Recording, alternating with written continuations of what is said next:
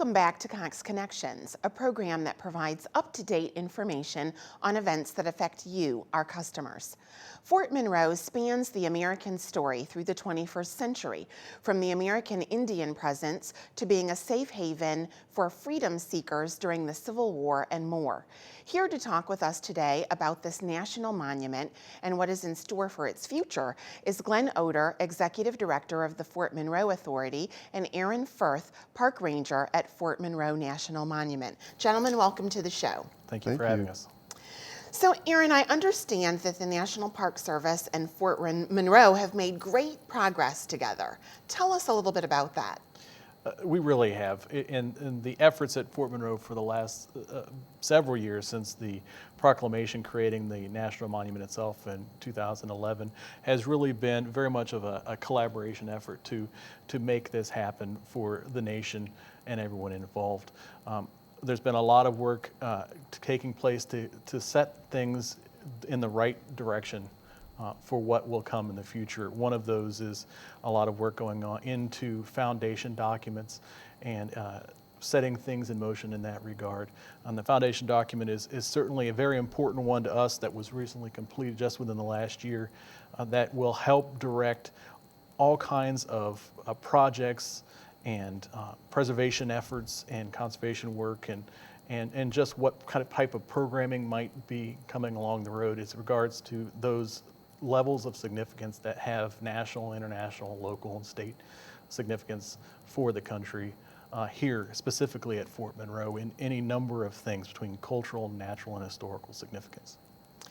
Glenn, tell us about the transition from an Army post to how the public is experiencing Fort Monroe today. Well, we're excited. There's a vibrancy that's taking place at Fort Monroe that is exciting to see being created there. As the Army leaves a military post like they did at Fort Monroe, there's a real downsizing that takes place. You know, the houses become vacant, the office buildings become vacant, the streets become ghost towns. It seems like. And what's happened at Fort Monroe is the houses have been reoccupied. We operate at about 95% occupancy.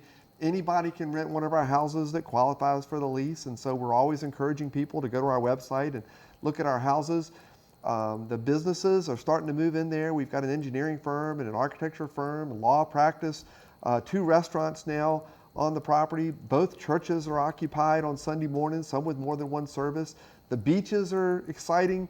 It's a You've great even got time. the YMCA there. The YMCA, we redid the elevator in the YMCA, and the YMCA is there now. It's a great asset for the community as well as for the people that live and work at Fort Monroe. So definitely restaurants, sounds like it's a happening spot at Fort Monroe these days. Oh, it's, the number one sport in America, from what I understand, is walking.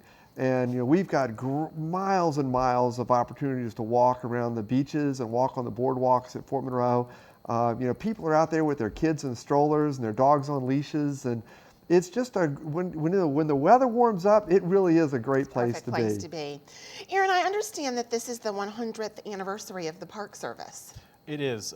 The National Park Service was founded in 1916, and so this August we will be starting our 2nd century preserving, protecting, and interpreting those areas of national significance for all the citizens of the United States. And it really is something that we have, as a service, been looking forward to and hoping to celebrate with all those visitors that can come to the national parks and touching with long-established supporters of the National Park Service and visitors, and reaching out to newer audiences in different ways that visitors are now looking to interact with the national park system itself, and helping everyone to see those significances, both personal and relevance and other things that can cause folks to discover what is important in national parks. And so it really is something that we're hoping everyone can take advantage of. I think our National Park Service is one of the true amenities that we have in this country that people absolutely should experience. Tell us how people can get involved with Fort Monroe. There is a large number of ways to be involved. It's much like Glenn Oder was saying a moment ago, just visiting the park of itself, coming and taking advantage of what public offerings we have and programs and other things. But if one is looking to take another step forward and a logical step from that, there is quite a large number of opportunities.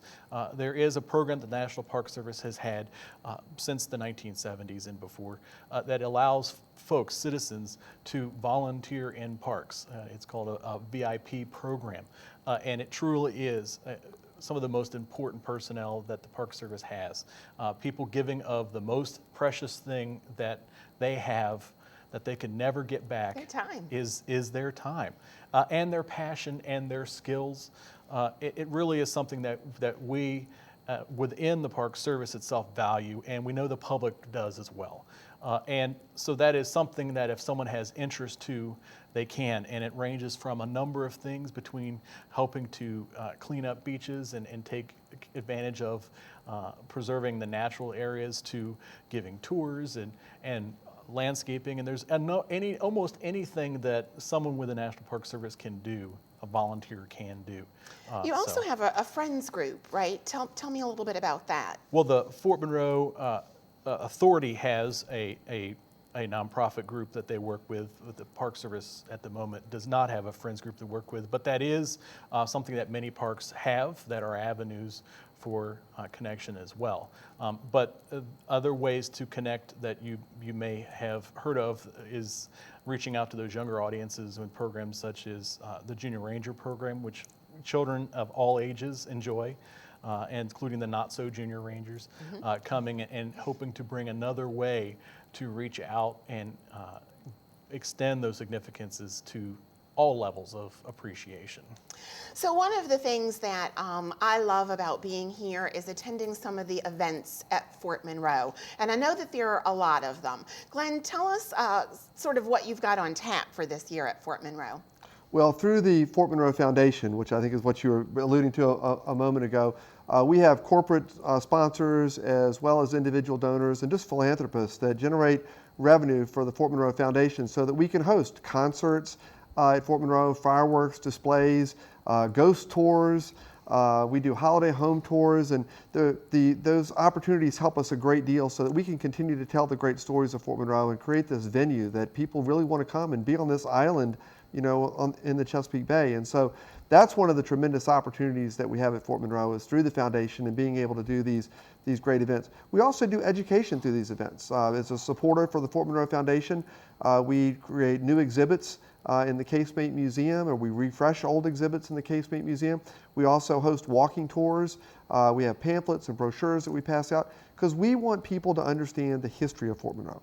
I mean, it's fun that you can come there and enjoy the beaches, but learning the history of Fort Monroe and helping us preserve the property is really what we're all about. How can people find out more? Do you have a website? Yes. Tell me a little bit about, I'm ready to go. How do I learn you want to go more? to the Fort Monroe Authority website, and there you can find links to all types of things that we're doing, everything from renting houses to finding out more about our real estate to more about our volunteer programs. There's also a link to the Fort Monroe Foundation, and we would certainly enjoy any opportunity to talk to a corporate sponsor or an individual donor or a philanthropist who wanted to know more about how could I get involved in preserving, you know, quarters number 1 at Fort Monroe, or renovating the gardens behind the commanding general's house, or any of those types of projects that we're working on at Fort Monroe. Well, certainly a wonderful amenity that we have in our community. And thank you, gentlemen, so much for being here today to talk with us about Fort Monroe. Thanks for joining me on this episode of Cox Connections. As always, I want to personally thank you for choosing Cox Communications for your entertainment, information, and communication needs. We know you could have chosen another provider, but because you chose us, we pledge to be a friend you can trust. We promise to provide you with innovative products backed up by a talented local team of professionals that will help you stretch your dollar. And we promise to continue to make a difference in the Hampton Roads community. From all your friends and neighbors here at Cox, we thank you again for joining us on this edition of Cox Connections.